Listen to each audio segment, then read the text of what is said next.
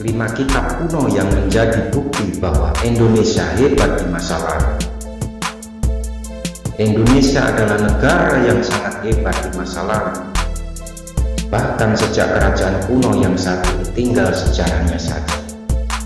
Salah satu bukti kehebatan itu adalah dengan ditemukannya ragam peninggalan berupa candi dan kitab-kitab yang menjadi karya sastra hebat kala itu.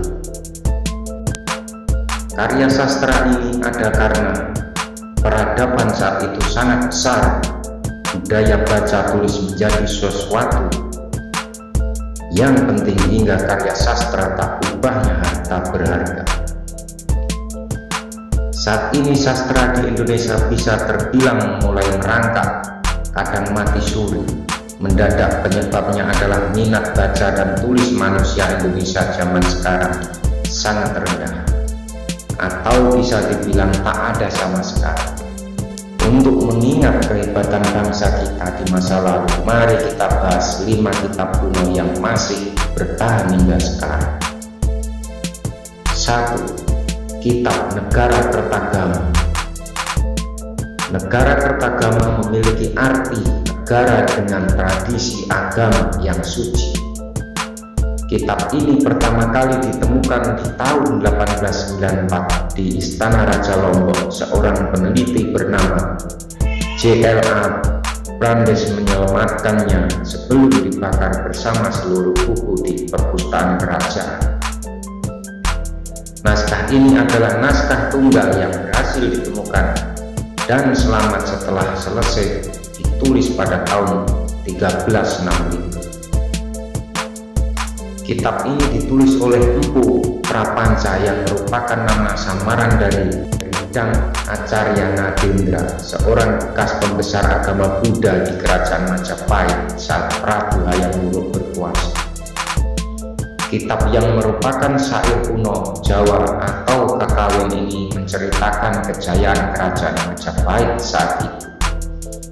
Salah satu tentang daerah kekuasaan dan juga silsilah keluarga raja. Penemuan kitab ini menjadi bukti jika di masa lalu Indonesia pernah dikuasai kerajaan hebat dengan tradisi kelas tinggi. 2. Kitab Sutasoma. Kitab Sutasoma adalah sebuah kakawin atau syair Jawa kuno yang berisi banyak bait. Orang yang mengubah kitab ini hingga terkenal sampai sekarang adalah Empu Tantular. Ia disuruh oleh Hayam Wuruk yang saat itu masih menjadi raja. Kitab ini berisi banyak sekali hal hebat yang masih dipakai sampai sekarang. Tahukah Anda jika semboyan negara kita ini diambil dari kitab yang dibuat pada abad ke-14 itu?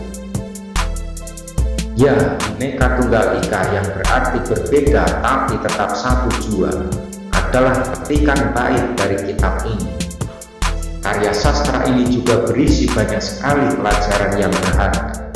Salah satunya ada mengajarkan toleransi beragama, sesuatu yang saat ini sudah mulai runtuh.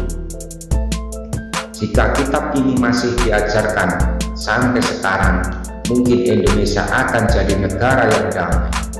Tak ada perpecahan seperti yang sekarang terjadi.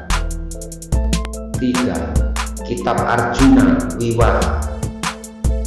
Arjuna Wiwaha adalah sebuah karya sastra kuno yang dibuat dan diubah pertama kali pada abad ke-11 Masehi. Seorang empu bernama Kanwa menulisnya saat masa pemerintahan Prabu Airlangga yang menguasai Jawa Timur sekitar tahun 1019 sampai 1042. Sastra ini menjadi pusaka berharga karena menjadi bukti peradaban manusia zaman dahulu yang ternyata sudah maju, bahkan mengenal baca tulis meski hanya kalangan tertentu saja. Kitab yang lagi-lagi berupa kakawin ini berisi syair mengenai perjuangan Arjuna, sebuah tokoh pewayangan yang sangat hebat. Dikisahkan Arjuna sedang bertapa di Gunung Mahameru.